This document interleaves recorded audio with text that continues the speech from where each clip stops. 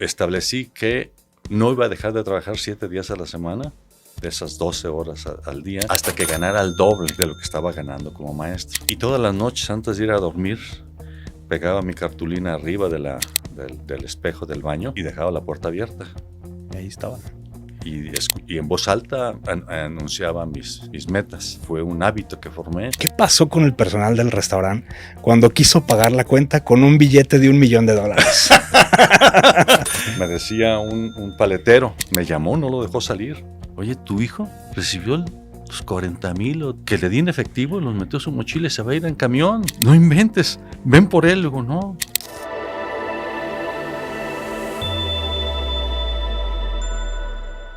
Hola, ¿cómo están? Buena tarde. Bienvenidos a un episodio más de Los Puentes que Cruzamos. Hoy estoy muy contento, muy honrado de tener frente a mí a un señor de esos, de los de antes, de los que ya casi no hay. Alguien que lo que ves es exactamente lo que hay. Alguien que las personas que lo conocen lo caracterizan como bondadoso, positivo, siempre alegre y buscando la manera de hacer cumplir las cosas, de hacer que ocurran. Alguien polifacético también. Pasa de ser maestro o profesor de matemáticas a un exitoso agente de seguros y más adelante en su camino al fundador de una de las agencias de seguros o una promotoría de seguros más grandes de México, más exitosas de México, para MetLife, el señor Gerardo López. Señor Gerardo, bienvenido. Muy amable. Con esas poros me pongo más contento. Y en serio. Muchas gracias. Es un placer tenerlo aquí. Tenía muchas ganas de hacer esta entrevista porque es una persona que por donde yo escucho, lo he escuchado varias veces dar pláticas, pero cualquier persona con la que yo interactúo que lo conoce tiene excelentes referencias de usted. Es una persona que logra motivar a otros o incentivar a otros a que sí ocurran. Pero antes de empezar con las preguntas, quiero que me platique qué pasó con el personal del restaurante cuando quiso pagar la cuenta con un billete de $1 millón. Ay, ese es un momento muy para sonreír muchísimo. Estábamos en ese restaurante, estaba lleno el restaurante. Hoy ya seguramente, a lo mejor ya ni existe en el domicilio, ¿sí? Y estábamos la familia completa, mi esposa, mis 3 hijos y un servidor. Y llegó la cuenta, Sí. y me dice la hija más chica, ¿sí? Tete, papá, paga con el billete más grande que traigas. Y los muchachos y mi esposa, no hagas eso. No vayas a hacer eso. Ya sabías, después ya lo conoce. Ya me conoce. Entonces saqué el billetote, Sí. ¿sí? del millón de dólares, ¿sí? Lo coloqué, el mesero, la mesera se fue, ¿sí? Y ya estaba dentro de la carpeta. Cuando regresa, se lo llevó. Y corrieron los hijos, ¿sí? Excepto Ibe, que era junto conmigo la broma. Y mi esposa se fueron al baño, ¿sí? De vergüenza. Vergüenza, claro, se debe esconder. Y estábamos observando cómo en la zona de la caja, la cajera le buscaba la forma, el billete, ¿no? Como si fuera cierto. Claro. Y mandaron traer más personas, no sé cuántas personas de sus jefes. Y ya por fin detectaron que era cierto, ¿no? Que era una broma. Sí, pero sí, se volvió un tiempo prolongado, posiblemente sus 10, 12 minutos. Y pues y Betty y un servidor estábamos muertos de risa. Entonces sí, se ganó muy bien la propina la chica. Sí. Sí, no fue ni el 10 ni el 20, entonces se ganó más porque... Y se la dejó en dólares también. No, le dejé el billete de dólares. Sí. Pero eso no sucedió en los Estados Unidos. Cuando hice la misma broma en los Estados Unidos, en cuanto el mesero, sí, sacó el billete, volvió loco de risa él, ¿no?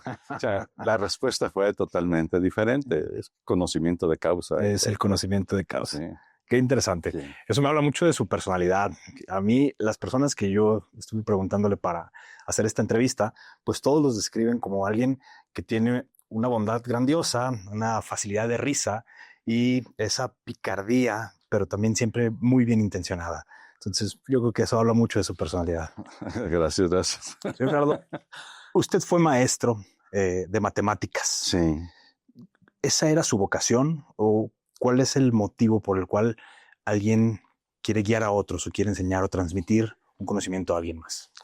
Definitivamente es mi vocación. Mi vocación es de maestro, es de maestro. Por eso mi decisión de hacer la carrera de maestro, primera parte de primaria fue mi carrera, para luego buscar la especialidad de matemáticas y terminar ahí en mi trabajo profesional de maestro oficial, que se conoce como oficial, en secundaria técnica, como eso de matemáticas. Excelente. Realmente fue mi pasión, mi entrega total. Durante muchos años dio clases como maestro. En primaria duré varios años. Realmente en secundaria duré muy poco tiempo porque llegó esta una oportunidad de cambio, por lo cual tuve que renunciar a la secundaria. Pero definitivamente si no hubiera encontrado esta oportunidad de crecimiento profesional, me hubiera conservado como maestro de matemáticas. Ahí me hubiera jubilado. De acuerdo. ¿Y esta oportunidad de cambio, de qué se trató? Pues fue una transición bastante atractiva, donde, como tú dijiste hace un momentito, a la antigüita, me invitaron a una profesión de ser agente de seguros. Y a la antigüita porque fue con hojas de rotafolio. Sí. Sí. Las iban dando vuelta, nos iban presentando esta profesión de ser agente de seguros, lo cual no me interesó ir, pero por compromiso lo hice, porque no tenía la cultura de seguros. Okay. Pero al terminar la plática, que seguramente ha sido de hora y media, 2 horas, no me acuerdo, ya la decisión ya la había tomado. Estaba convencido. Me quedé convencido. Me encantó hacer ese cambio. Entonces la decisión la tomé en ese instante, en ese momento. Fue claro para usted. Y, claro. por ejemplo, ¿qué pasa cuando usted llega a casa y le dice a su esposa, oye, vengo a cambiar de carrera, vengo a cambiar el perfil profesional que tengo? ¿Cuál fue su reacción? Sí, el hecho de hacerle ese comentario y de decirle, en este momento voy a elaborar mi renuncia al área de matemáticas. Mañana estaré muy temprano en la secundaria entregándosela al director y me ve haciéndola. Cuando le dijo el comentario, sí, se quedó normalita, pero ya cuando vio en serio que estaba elaborándola, como se desvelaba mucho, ella también es maestra de profesión de kinder. Entonces ya seguimos charlando de que iba en serio. Y nos quedamos platicando, estirando y aflojando, normal como pareja, de qué vamos a vivir, dice. ¿Sus hijos eran pequeños o todavía no nacían? No, eran pequeños, 2 eran pequeños, y Beth, la menor, todavía no nacía. Okay. Sí, entonces buscó la manera y la forma y todas las formas. Sí, oye, nos estamos desvelando y yo tengo que mañana llegar muy temprano. Sí, pero no soltó, estaba convencida de que iba a quitarme esa hoja de mis manos, ¿no? Sí.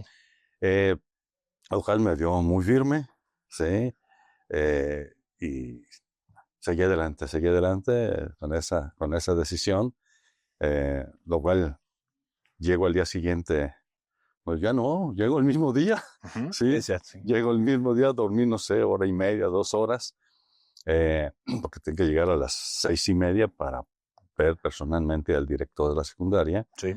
Que era una persona muy firme, muy dura, ¿sí? Entonces, estaba él en los patios, digo, oye, quiero platicar contigo. Por eso llegué muy temprano. Vente adelante. Mira, no inventes, Gerardo. Tanto te costó 40 horas de matemáticas que no es fácil lograrlo, que de recibir las 40 horas de golpe de esa materia. Sí. Sí. Entonces, no creo que te convenga. Sí. Pero mira, ya la decisión ya la tomé. Sí. Bueno, sí. No te quiero ver dentro de una semana aquí de nuevo. Sí. Y mira lo que voy a hacer con tu. La guardó. La rompió. Okay. La rompió y la echó a la basura. Te quiero una semana, en un mes, te doy 6 meses para que regreses. ¿Y por qué? Nos has dado una muy buena respuesta en todas las áreas, no nomás de matemáticas que te hemos necesitado, nos has ayudado mucho, entonces tienes 6 meses para regresar. Además, tráeme a alguien que tú conozcas, que estudió contigo la especialidad, o si no los conoces, no te preocupes, yo lo traigo, ¿sí? Y más con más razón, como hay la posibilidad de quedarse con 40 horas de matemáticas, todos van a hacer fila. Claro. Entonces, así fue como, y jamás titubean En su decisión. en mi decisión. Le comenté eso a mi esposa, de que tenía la posibilidad en el transcurso de 6 meses de regresar, y estaba convenciéndome a la semana, al mes. Oye, mira, no hay dinero suficiente. O sea, hace falta lo que tú traías. Pero nunca pensé en regresar. ¿Y el éxito como agente de seguros llegó de inmediato o tuvo que aprender o desarrollar algunas otras habilidades? ¿Cómo ocurrió? La verdad es que llegó muy lento. Por eso la mayor insistencia de mi esposa. Sí. La primera venta, sí, la logré 3 meses después de que me dieron no que decidí, de que me dieron mi clave provisional. Sí. Sí, me dieron clave provisional. Y en aquellos tiempos había la venta y el cliente se tomaba el mes de plazo para pagar y luego la compañía 15 días en llegar las comisiones. O sea, se tardó muchísimo. Llegó los primeros dineros a casa, fuente de esta profesión. De esta profesión.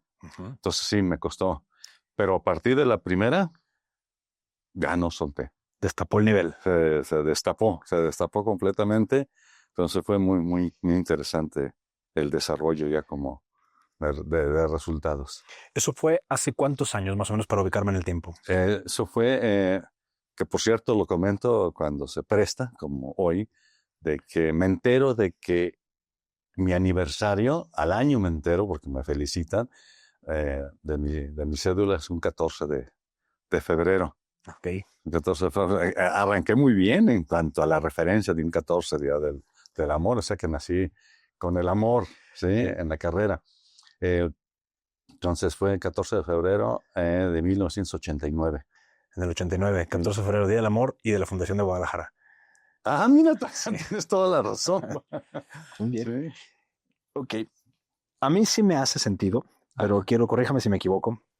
Yo creo que los mejores agentes de seguros, más allá de estarse fijando en el número de pólizas o en el número de venta o el volumen que representa esa póliza o la comisión o lo que sea, creo que lo más interesante o su motor más importante es el ayudar a otros a proteger lo que aman, a proteger la vida, a proteger el patrimonio o a así lograr sus metas patrimoniales, etcétera, etcétera.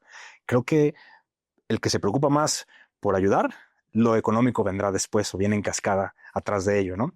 Y creo que ese es el hilo conductual que nos puede llevar a ser un profesor que tenga éxito en esto, porque tampoco se me ocurre una carrera en la que haya más vocación de servir y más vocación de dar y compartir que siendo un profesor. ¿Es más o menos así como la transición fue fácil para usted o estoy totalmente equivocado? No, estás en lo correcto.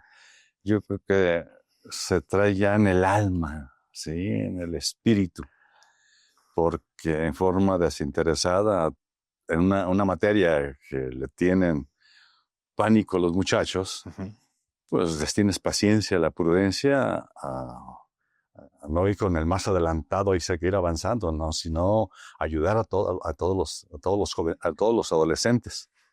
Entonces ya es natural el maestro poder ayudar a todo el mundo. Entonces yo creo que esto se presta para no dedicarse uno aunque me vine por el dinero, siendo honesto, ¿eh? Claro. Vi los dineros, dije, creo que aquí puedo lograr todos mis objetivos y mis metas, pero después me encontré, lógicamente, un valor mucho más que el dinero, que es lo que tú comentaste.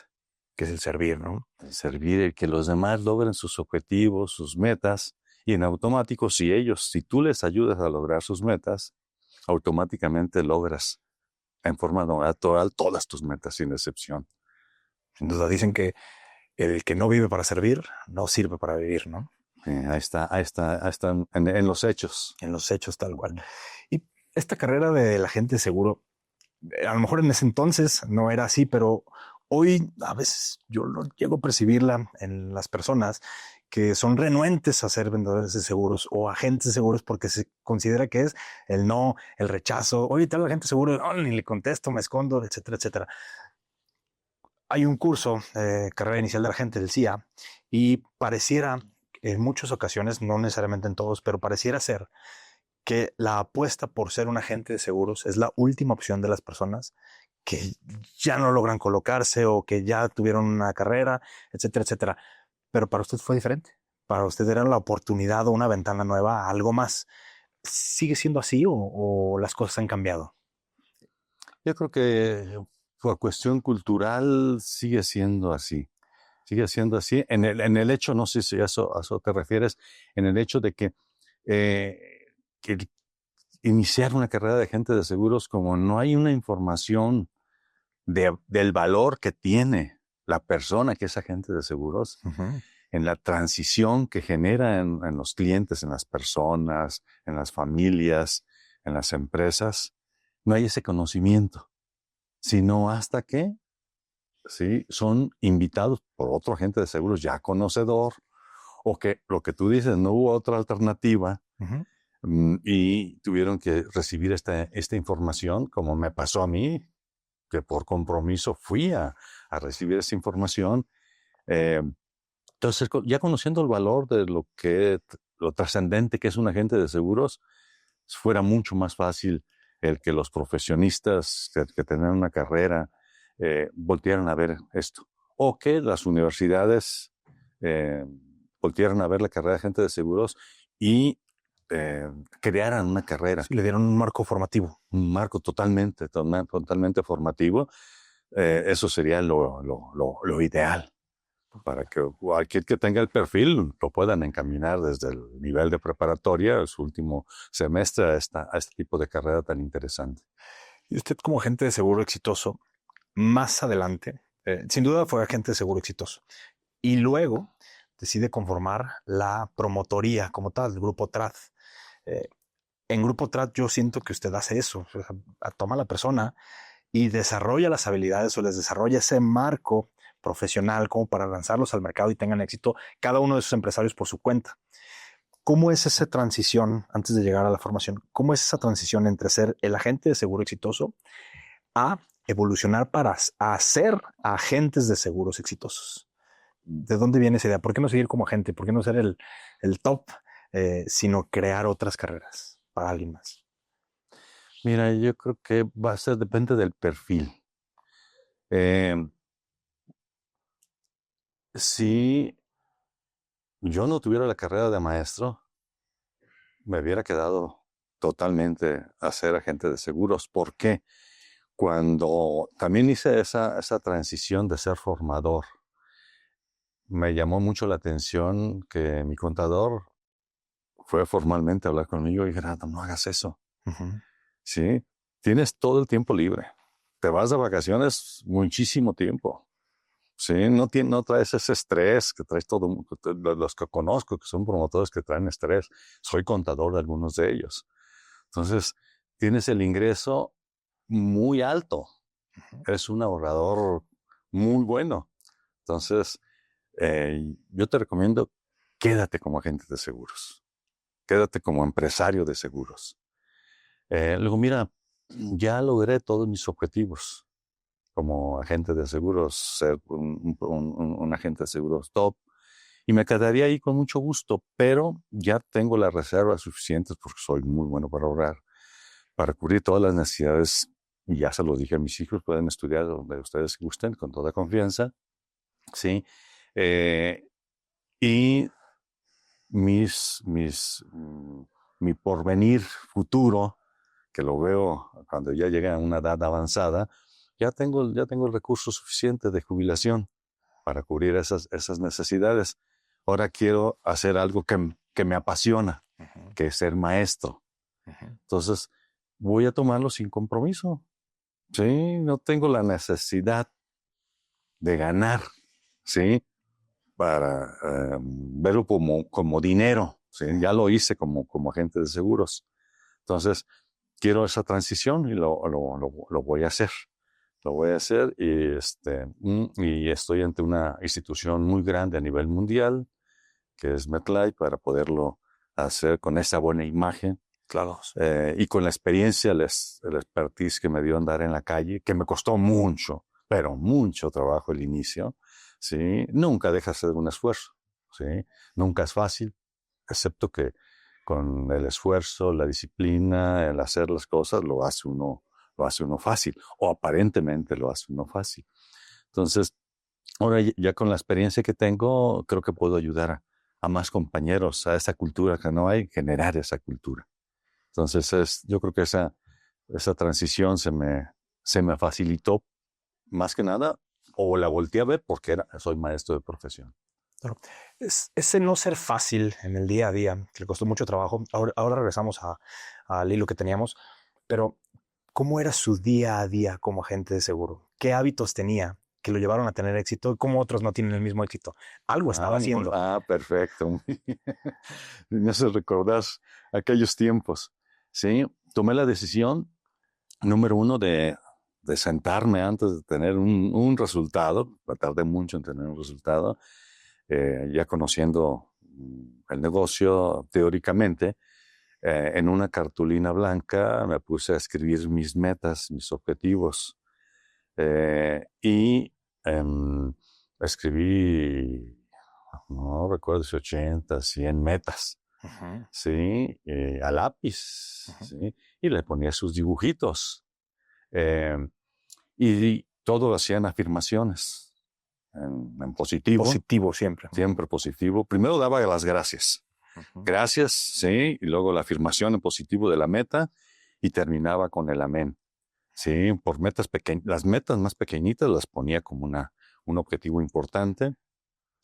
Y todas las noches antes de ir a dormir, pegaba mi cartulina arriba del espejo del baño, uh-huh. Y dejaba la puerta abierta. Y ahí estaban. Y en voz alta anunciaba mis metas. Y se asomaban de vez en cuando, un hijo, el otro. Sí, entonces, y siempre lo hice. No lo hice al inicio. Fue un hábito que formé. Entonces, y con eso estaba más convencido de no regresar. Y algo que quedó establecido es trabajar de lunes a domingo. Uh-huh. Trabajar hasta 12 horas diarias de trabajo, de ir a entrevistar, lo cual se me agotaron muy pronto los prospectos conocidos. Los conocidos se acaban en la zona urbana, uh-huh. Sí. Pero como yo soy de un lugar, de un rancho, se llama Palo Alto, uh-huh. Y los padres nos mandaron a estudiar. Mi mamá, nuestra madre, nos acompañó a Cocula, una ciudad chica en aquel tiempo, es una ciudad media, a estudiar quinta, primaria, secundaria, y de ahí venimos a Guadalajara a seguir estudiando. Entonces ahí sí era muy bien conocido, uh-huh. todo por todos. Y allá me iba un día a la semana. No más un día a la semana porque no había recursos económicos para ir más días, pero ya estaba a las 7 de la mañana, estaba allá. Y me regresaba hasta la última persona que me podía recibir, que en algunas ocasiones o varias ocasiones era a las 11 de la noche, uh-huh. Y ya regresaba de allá a las 12 y media que terminaba la entrevista. Entonces fue un hábito que formé y establecí que no iba a dejar de trabajar 7 días a la semana, de esas 12 horas al día, hasta que ganara el doble, uh-huh. de lo que estaba ganando como maestro. ¿De acuerdo? Y dejaría el sábado, y se lo platiqué a mi señora, dejo el sábado hasta que gane el doble de ese doble. Okay. Sí, para ir a trabajar únicamente 5 días. Uh-huh. Y así se logró.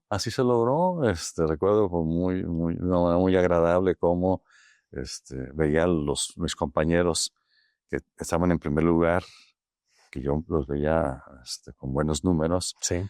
Los admiraban, pero como ese año, al llegar diciembre, los alcancé a todos. Estaba al mismo nivel. Ya los alcancé.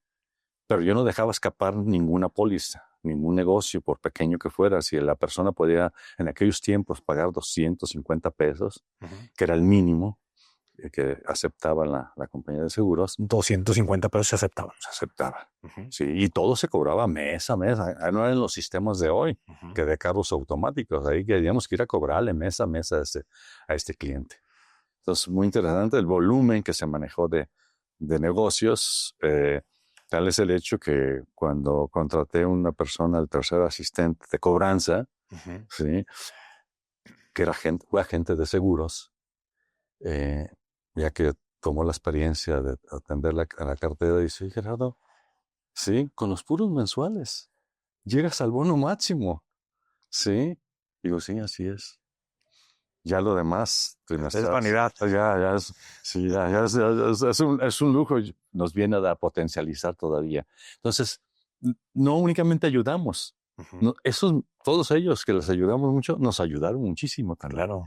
Entonces, yo creo que fue una parte fundamental del éxito el establecimiento de esas metas y esa estrategia de responsabilidad para cubrir las necesidades de casa. Me llama la atención, yo siempre lo menciono, pero no había visto a alguien que lo mencionara también. ¿Por qué en positivo? ¿Por qué mis metas en positivo? ¿Por cómo te hablas, te convences y haces que las cosas ocurran? ¿O por qué en positivo? Exactamente por esa razón. Y más porque no únicamente te hablas en el pensamiento, sino como te hablas en voz alta, llega por todos los sentidos, con cosas que no tengo la capacidad de poderlo expresar, pero sí de sentir que yo creo que las palabras entraban por mis poros, no más por mis oídos. Sí, entraban por mis acciones de mi cara en verme al espejo, por eso lo ponía ahí enfrente. Sí, porque, por ejemplo, recuerdo a la hija más chica, cuando decidió ser tenista, a los 12 años, sí, papá, yo quiero jugar tenis. ¿Y eso cómo se juega, hija? Como nos íbamos a la casa de campo, ahí veía mucha televisión, deporte, le encantaban los deportes. Dijo, pues, busca dónde te llevo que te vayan a entrenar. Sí. Lo cual hizo por iniciativa propia, ¿sí? Y observando que pues, nadie quería jugar con ella, porque las niñas de 12 años ya venían jugando desde los 3, 4 años, que pues tenistas, eran muy buenas niñas, pues nadie quería jugar con Ivette. Sí. Sí, yo voy a ser tu entrenador emocional. Y le entrené igual que a un servidor. Sí, dije, pon tus metas. Sí. Y sí la veía hincada en su cama, en la pared, leyendo sus metas en voz alta. Lo cual su hermana, bien bromista, sí, pues se la cotorreaba, ¿no? Y ella aguantaba, sí. Ya que terminado, mi papá me molestó. Vas a agarrar carácter. Tú sigue lo tuyo. Y ella, que siga disfrutando. Y después le sirvió de ejemplo, su hermana menor. Claro, fíjese, Ivette me decía, cuando hablas con mi papá, hablas con usted, siempre sales con las ganas de comerte el mundo. Por sus enseñanzas, aunque no te imponga algo, absorbes algo y sales con las ganas de comerte el mundo. Me quiere mucho. Le echa porras. Le echa porras. Sí.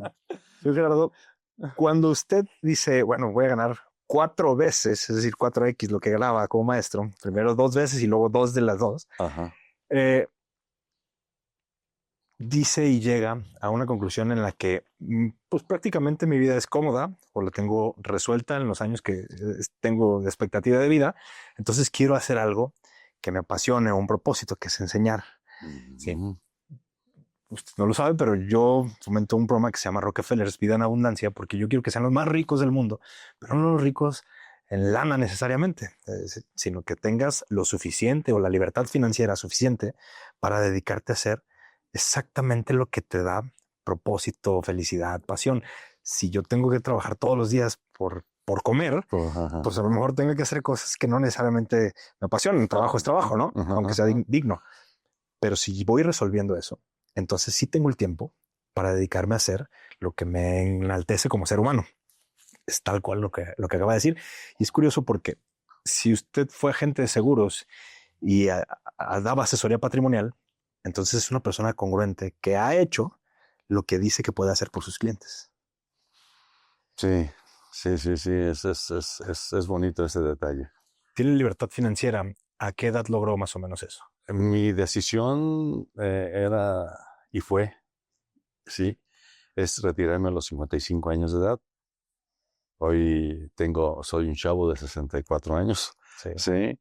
Entonces ya tengo un ratito de jubilado, como jubilado. No quiere decir que no hago nada. No está desocupado. No estoy desocupado, me falta tiempo. Me falta tiempo de hacer lo que me apasiona hacer. Que me apasionó el trabajo profesional, me apasionó. Pues le dedicaba esas horas, ¿sí?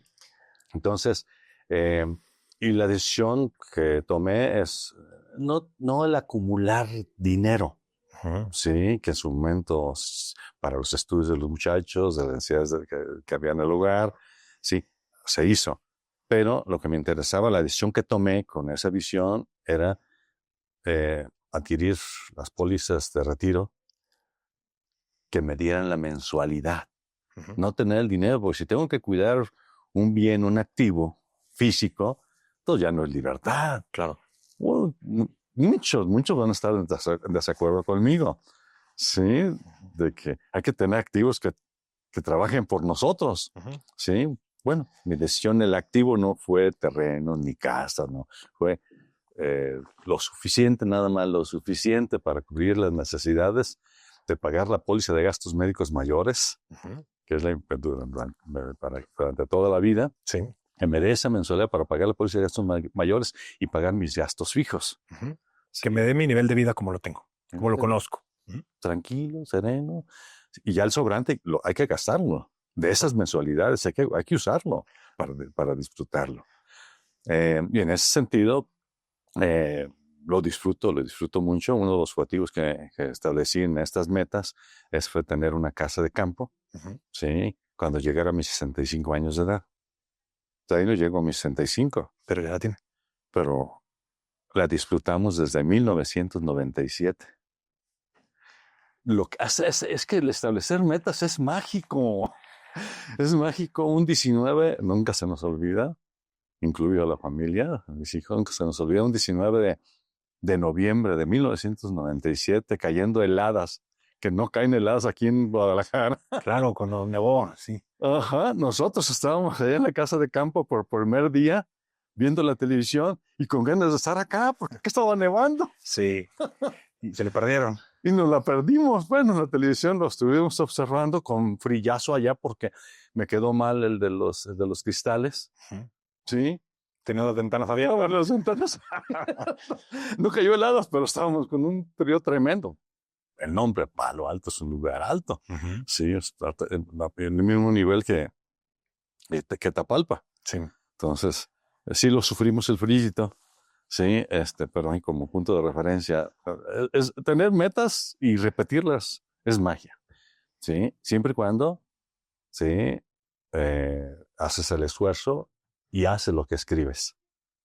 Día al día, día con día. Todos los días. Todos los días. Con ganas o sin ganas, todos los días. Todos los días. Pero como lo estableces en la noche y te vas a dormir con esos últimos pensamientos, pues sueñas con ellos, yo creo. Sí. Yo nunca me acuerdo de mis sueños, pero yo creo que sueño uno con ellos y se levanta uno con esas ganas y la necesidad que hay en casa. Sí, primero eran dos niños y después fueron tres. Sí, entonces y luego una niña que en vez de irse a la universidad agarró una carrera cara, sí, ser tenista. Viajar y viajar, entonces pues salió cinco universidades ahí. Sí. Entonces, pero el ser agente de seguro se pudo cubrir esa. Tuvo oportunidad de apoyarlos. De apoyarle. Cuando usted crea su empresa, Grupo TRAF, como promotoría de agentes de seguros, inicia y al principio usted es el líder, usted es la cabeza. Y durante algunos años funge con esa función, pero luego exitosamente, lo que le decíamos antes de empezar, exitosamente logra la transición a que sus hijos sean ahora la cabeza de esa empresa y usted pueda jubilarse y disfrutar de la vida y de otros propósitos, ¿sí? Esa transición, ¿cómo logró ser tan efectiva? Yo creo que viene de los hechos de la vida, de lo que vivieron los muchachos, de lo que observaron, lo que escucharon. El hecho, varios, pero por manejar uno o dos, veníamos de la ciudad de León, de un torneo de tenis, de ver a Ivette todos. Entonces, en un auto, pues, llega una llamada telefónica, auto chico. Un cantante me dice, después de saludarnos, sí, Gerardo, estoy recibiendo tantos millones de pesos de regalías. Ujú. ¿Qué hago con ellos? Le pregunto, para ver sus necesidades de corto, mediano y largo plazo, y ya le indiqué, mira, te propongo, quiero que tanto deposites en mensual, tanto en trimestral y tanto en semestral. Sí, entonces mañana tomas tu contrato y vas con las referencias y ya depositas en el banco esos recursos. Y al colgar la llamada, los tres, al unísono, los hijos, ¿y te obedece? Digo, no me obedece. Sí, me he ganado su confianza con los hechos y por eso acepta mis sugerencias, pero él es el que decide. Claro. Él fue el que decidió hacer eso que estoy comentándole. El hecho de que, por ejemplo, en una situación de una baja de un asistente de cobranza por uso de recursos, tuvo que darlo de baja, entonces volteé a ver a Jerry mientras que contrataba al siguiente, ¿no? ¿Cómo ves? ¿Te parece bien que vayas a hacer toda la cobranza? Sí, con mucho gusto. Adolescente. Sí. Un adolescente, no recuerdo si de 9 años, no, más era niño, ¿no? 10, 11 años, 12 años. Sí, y uno más, tu mochila, para que no se observe que traes ahí recursos, ¿no? Uh-huh. Porque se recibía mucho dinero, poquito de cada uno y de otros unas cantidades más importantes. Pero se iba sumando. Pero se iba sumando. Uh-huh. Me decía un paletero, me llamó, no lo dejó salir. Oye, ¿tu hijo recibió los 40,000 que le di en efectivo, los metió en su mochila y se va a ir en camión? Uh-huh. No inventes, ven por él. Digo, no. Él sabe qué hacer, tú no te preocupes. En serio, sí. Porque eran amigos los clientes, ¿sí? Había cariño, había estima. Y en Cocula me decían algunos clientes, oye, Gerardo, tus asistentes traen carro, les das auto, ¿sí? Para el trabajo y para su vida personal. Y tu hijo anda con dinero. Con dinero lleno de sudor, sudado de una orilla a otra de la población. Y pasa por la plaza, le saluda a sus amigos ahí que conoce, a sus primos que están aquí estudiando, pero debe seguir su camino, no se queda jugando. ¿Sí? Uh-huh. Así es. Pero lo hace por su decisión. Yo le pregunté. Uh-huh. ¿Sí? Entonces, yo creo que fue la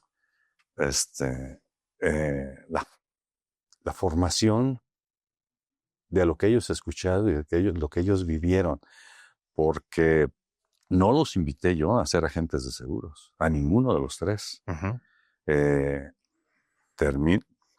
Me ayudaban de vez en cuando, cuando se necesitaba, pero por iniciativa de ellos, tal vez el hecho de que Miriam se enfadaba cuando iba a la oficina, ya que ahora nos vamos, ¿sí? Y ya quedó 15 minutos y ya estaba enfadada. Y era su pasión.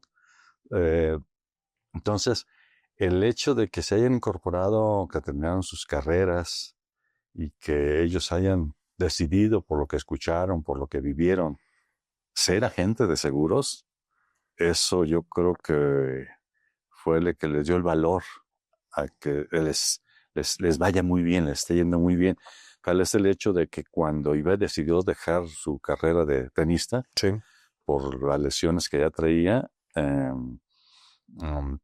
venía de una lesión de apenas iniciado el torneo en Brasil, uh-huh, y tuvo que regresarse porque se lesiona. Y yo ahí decidió ya dejar esto. Lo sabía su mamá, su hermana, pero yo no. Uh-huh. Sí, me acompaña a una convención a Nueva York que le cedió su mamá, que fue mi compañera, pero no me comentó nada, nomás disfrutamos de la vida ya los dos, sí, de estar en el estadio de MetLife, sí, de ir a ver partidos de tenis, estaba el torneo allá, lo cual lo hice intencionalmente de quedarnos unos días más para acompañarla. Claro. Y llegando, me dice, papá, quiero platicar contigo. Ya me dice, porque yo lo hacía terminando, por tan disciplinada que es, por ahí a los 42, 43 años. Carrera. Su carrera, sí. Y lo cual, estando en la sala, platicamos, lloramos, y le pregunté, ¿a qué te vas a dedicar? Ah, qué bueno que ya, para que termines tu carrera presencial de universitaria. Ujú. Sí. Y las no, ya no quiero que me mantengas. Ah, caray, eso es una buena noticia. Voy a trabajar y voy a terminar mi carrera. Sí, perfecto. ¿Y a en qué vas a trabajar? Agente de seguros. Pues, señor Gerardo, eso me lleva a mi siguiente pregunta, que es la que quiero hacerle. La primera vez que se me ocurrió invitarlo a esta Ajá, entrevista fue porque un día salgo de la oficina de Ivette ajá, y hasta volteé a verla de nuevo. Y yo soy papá, ajá, entonces volteé a verla de nuevo y me fui. Y me fui toda la tarde pensando. Tenemos muchos referentes, no vamos a decir nombres, pero por ejemplo, el mejor boxeador de México, ajá. su hijo sigue los pasos del padre con mediano éxito o no necesariamente el éxito que tuvo el padre, ¿sí? A lo mejor el mejor futbolista del mundo, su hijo sigue los pasos del padre con no necesariamente el éxito del mundo. Es decir, cuando el padre es el mejor o el top y el hijo quiere seguir la vocación del padre, que es naturalmente muy comprensible, hay una sombra muy grande de llenar los zapatos del papá o de superarlo, ¿sí? Y normalmente no ocurre así o no es necesariamente la fórmula de éxito para los hijos. ¿Cómo se educan hijos que en la misma profesión que el papá logran tener el mismo o más éxito en un periodo corto de tiempo? ¿Cómo se educan? ¿En dónde se les da esa libertad? ¿En dónde se les apoya? ¿En dónde se les defiende con la maestra de secundaria? ¿En dónde se les acompaña o se les paga la clínica de tenis en Florida? ¿Cómo es esa educación? ¿Cómo creó a esos hijos? Que es un privilegio conocerlos. Ah, muy amable, mi buen Sergio. Yo creo reflexionando y yendo la mente hacia el pasado, el hecho de manejar, preguntarles desde el nivel de secundaria qué quieren hacer, cómo lo van a hacer, y darles esa libertad con prudencia, para si la respuesta no es tan congruente, orientar, pero si la respuesta es congruente, hazlo, sí, hazlo. Entonces, eh, y porque ya viene la inercia familiar, yo creo que eso lo aprendí de mi padre. Ajá. Entonces, cuando le hago una pregunta a mi padre, oye papá, estoy titubeando en cultivar estas hectáreas, porque traíamos una engorda de ganado, mis hermanos y un servidor, siendo muy jóvenes. Eh, y mis tíos me están haciendo titubear, dicen que no tengo el tiempo y son muchas hectáreas. ¿Ah? Me dice muy pocas palabras, campesino, Ajá. ganadero, sí, avicultor, sí, apicultor, Cultura de abejas. abejas, Ajá. porque me picaron muchísimas. ¿Y tú qué quieres hacer? No, pues sembrar, hazlo. Sí, entonces como que me quedó esa buena enseñanza y yo creo que en forma natural también se fue dando en los muchachos. Eh, Mm, Igual que se los comenté cuando estaban ya en nivel de prepa, oye, donde quieran estudiar ustedes, váyanlo pensando en qué universidad quieren hacer sus carreras. Eh, entonces, el hecho de que en pequeños detalles de casa, pequeños detalles de sus actividades, de nivel de secundaria también, ahorita ese detalle que estaba una gran dificultad, que no encontramos por qué le dolía el estómago durísimo al hijo, Ajá. a Jerry, cuando ya era hora de ir a la secundaria, llevarlo, se doblaba de dolor de estómago. Estaba estresadísimo. Mande, Estaba estresadísimo. estresadísimo. Ajá. Y lo llevamos con un especialista y otro y salía perfectamente bien. Sí. Dije, "Oh, voy a llevarlo al IMSS. Ya los particulares no me dicen nada, lo llevé al IMSS y me dice me derivaron Un trabajo social. a trabajo social. Y dice, ¿sabes qué? Va a estar en la secundaria el problema. Porque más en ese momento es cuando le duele el estómago. Ah, perfecto. Sí, y va a ser una situación de relación por ahí. Entonces fui maestro secundaria, pude entrar con facilidad a platicar con los coordinadores y me dieron todo el norte. Uh-huh. Sí, a tal maestra ya le sucedió que no tenemos la certeza, pero hubo un suicidio derivado de ello. Sí, del estrés que les genera. ¿Y quién es fulanita? Ah, perfecto. Oh, pues allá. Yo soy muy sereno, pero ahí se me quitó lo sereno. Sí. Dije, ¿en qué salón está? En tal salón. Sí. Entonces, lo cual vi el salón donde estaba, le dije ayer que se viniera conmigo, ¿no? Sí. Llegué y tuve que abrir la puerta de un trancazo. Sí, y con palabras muy, muy fuertes. Y se suelta, se liberó, se soltó él también, sí. Pero tenía todos los elementos en la mano, ¿no? Sí. Entonces eso yo creo que da autoridad a los hijos. Autoridad de que hay apoyo. Hay respaldo. Hay respaldo, pero con hechos. Y se rompió ahí el problema de salud. De su hijo y de todos los demás, seguramente. Pues esperamos que ella así haya hecho, ¿no? Lo cual dije a la maestra, es la última que si me doy entero, vas a ser demandada. Sí, y si te fijas, ningún maestro se acercó. Sí, ¿por qué? Porque ya te conocen. Respeto. Sí, ya te conocen, entonces si a mí no me conocen, a ti sí.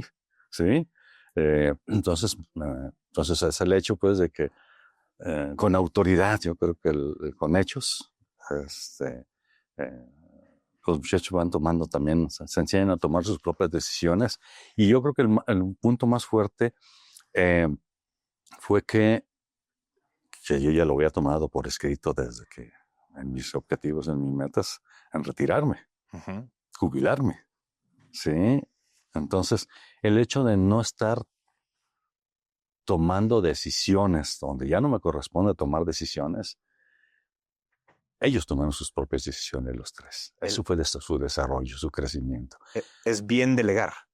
No es como medio delego y luego me meto, sino es bien delegar. Yo, en ningún momento de que me retiré, he tomado una sola decisión. Sí. Para esto ya Jerry ya había tomado otras decisiones. Antes se fue a abrir unas oficinas a San Luis Potosí por su cuenta. Sí, y viendo la expertise que tenía, la compañía se acercó a él y le ofrecieron promotoría.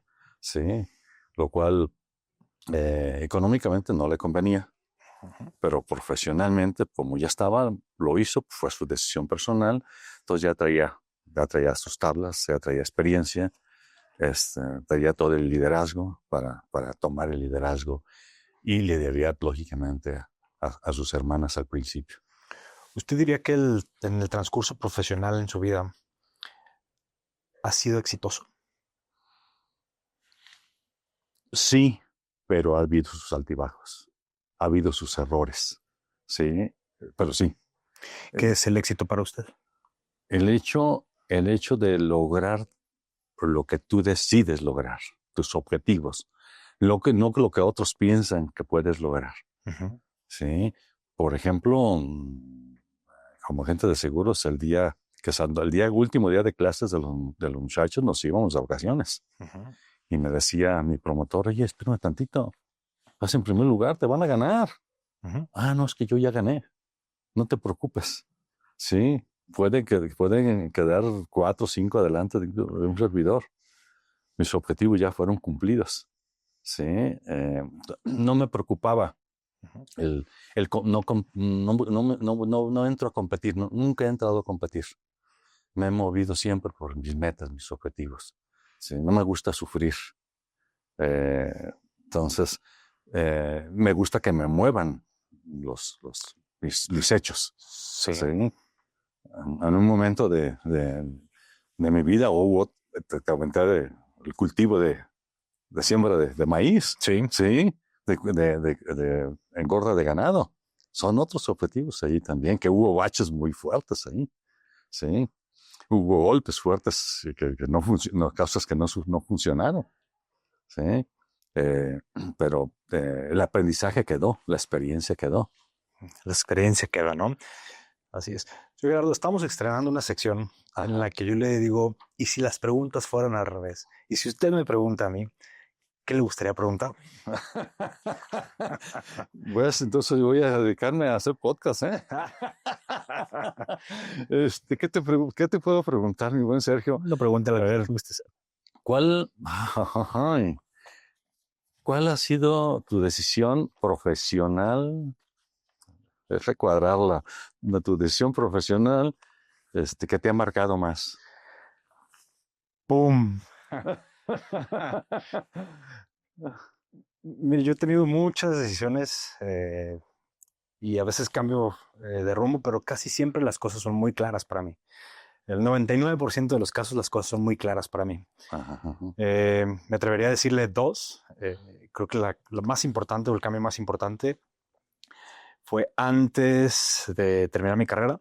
Yo estaba estudiando economía, que casi terminaba, y trabajaba como cajero en Banco Santander. Y era malísimo para platicar con las personas. Malísimo. No sé si era... ¿No se te nota? Yo no diría que era tímido, pero no lograba pasar cierto límite con las personas, cierta barrera, ¿no?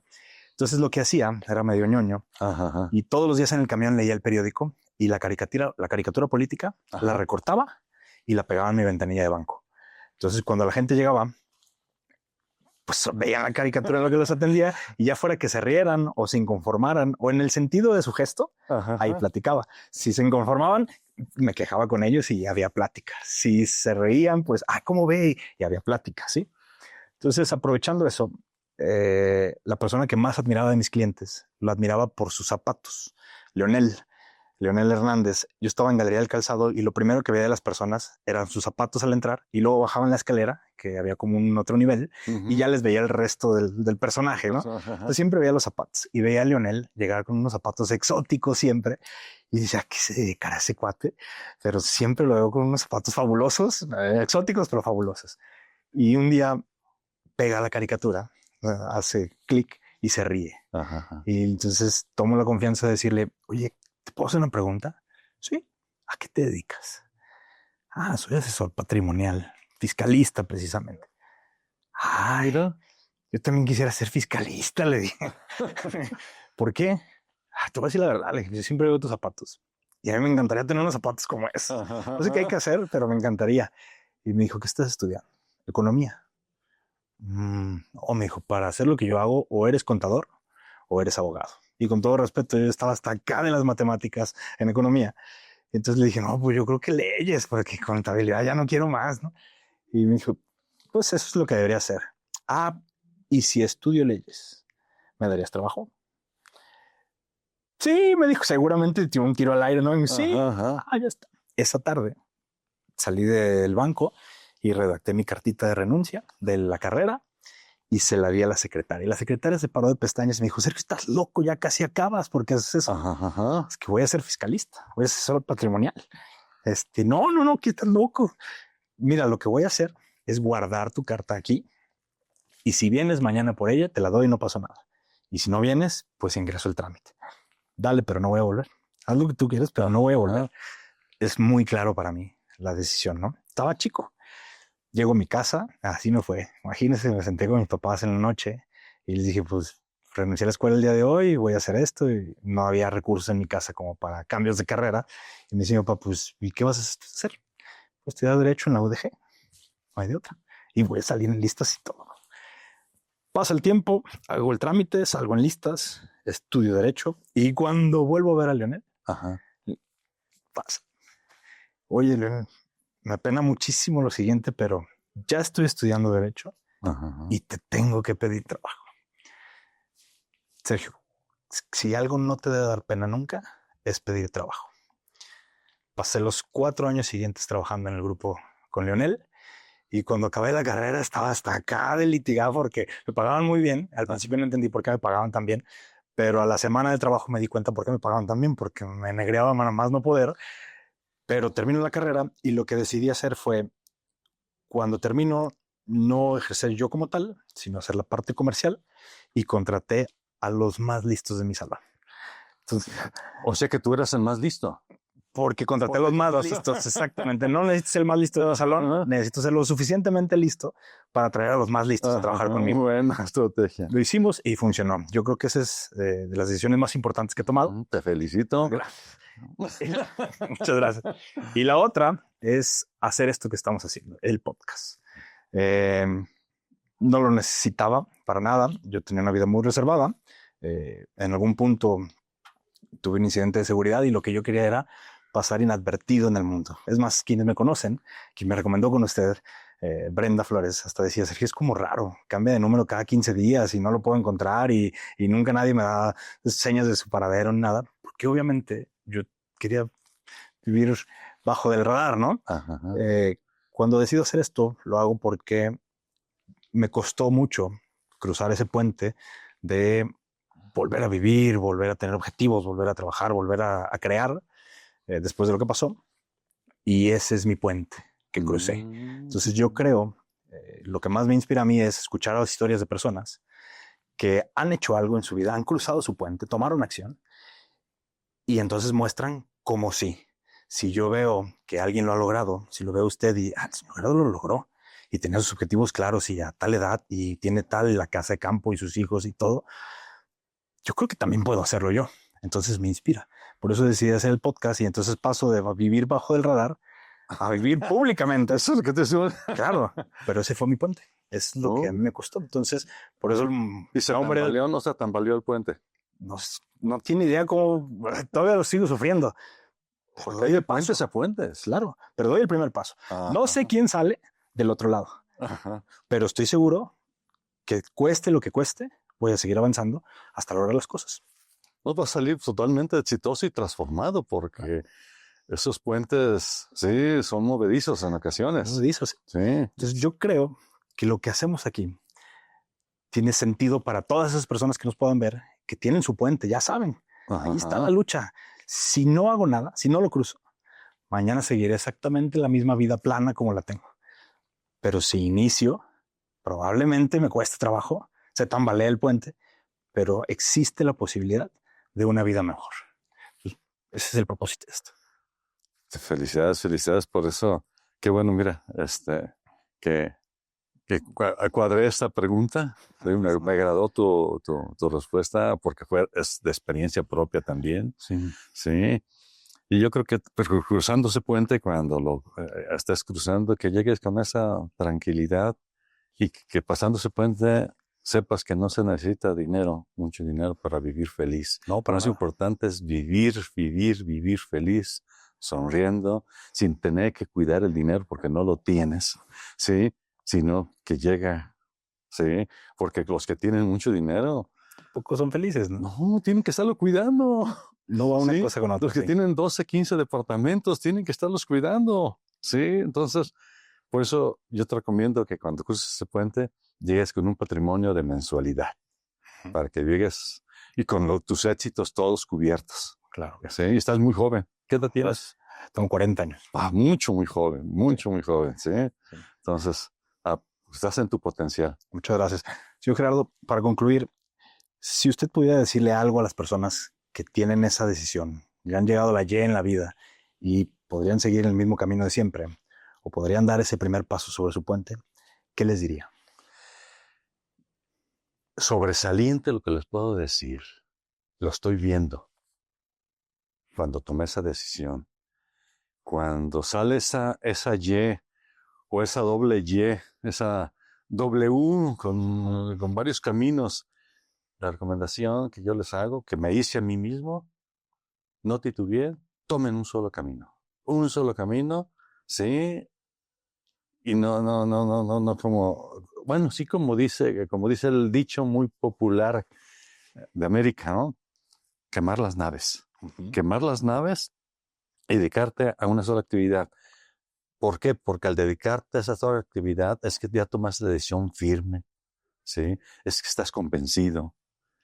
Le vas a poner cuerpo, alma, corazón, y eso se transmite, ¿sí? Me decía por el ejemplo de estas dudas que pueden surgir, me decía una señora que se vino con su esposo del DF a Cocula, que le estaba yo ofreciendo el plan a su esposo, dice: Gerardo, no vas a poder venderle. Sí, eres nuevo en seguros. Le han visitado muchísimos agentes de seguros, a nadie le ha comprado. ¿Sí? ¿Por qué me compraría? Porque vio mucho corazón, mucha entrega, pasión. Entonces, pero a una sola cosa. ¿Sí? Si yo no hubiera renunciado, te decía al principio, a ser maestro de matemáticas, yo hubiera terminado mi carrera me hubiera jugado como maestro de matemáticas, porque era mi pasión. Sí, la encontré ahí. ¿Sí? Pero hubo otro camino, renuncié renunciar a todo por una sola cosa. Un solo camino. ¿Sí? Entonces, cada quien lo decide, que nadie decida por ti.